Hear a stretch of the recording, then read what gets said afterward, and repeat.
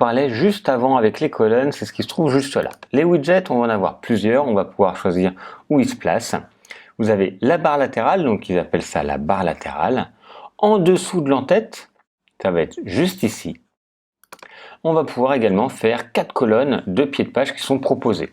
Donc là, je vais pouvoir, vous voyez, par défaut, j'ai des widgets qui ont été proposés. Quand je les survole, vous voyez, ils s'encadrent.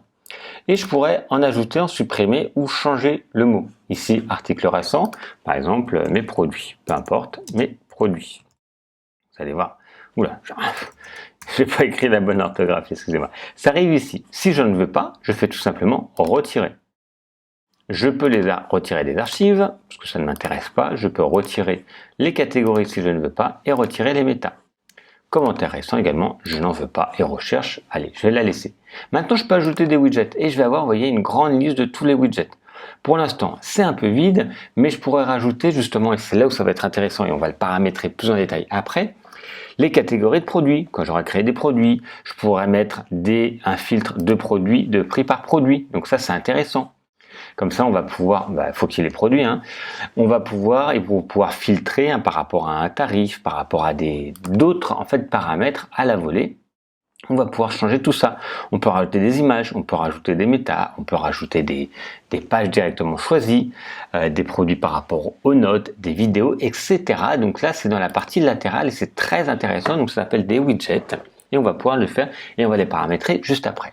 On a également l'emplacement qui se trouve juste en dessous.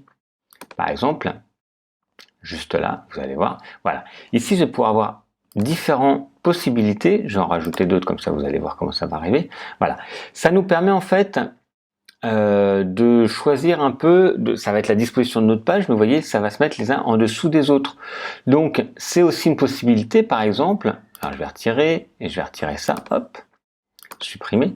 Par exemple, je voudrais mettre une image. J'aurai la possibilité de mettre une image, ici. Je vais aller choisir mon image, par exemple celle-ci. Bon, là, elle est un peu grande, mais vous allez voir, elle va apparaître normalement. Voilà, mon image est ici, donc ça pourrait être l'image d'un produit et avec un lien, et quand je clique dessus, ça va arriver sur tel ou tel élément. Et donc on a la possibilité de rajouter beaucoup de choses. On pourra rajouter des galeries de photos, on pourra rajouter différents éléments.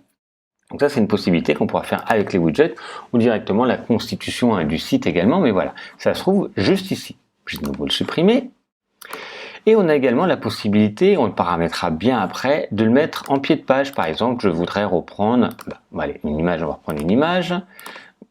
On pourra reprendre le menu également. Vous voyez, en fait, on va avoir 4 colonnes.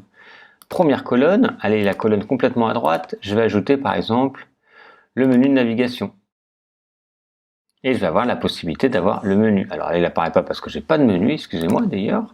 Je vais rajouter un autre élément, par exemple, recherche de produits. Voilà.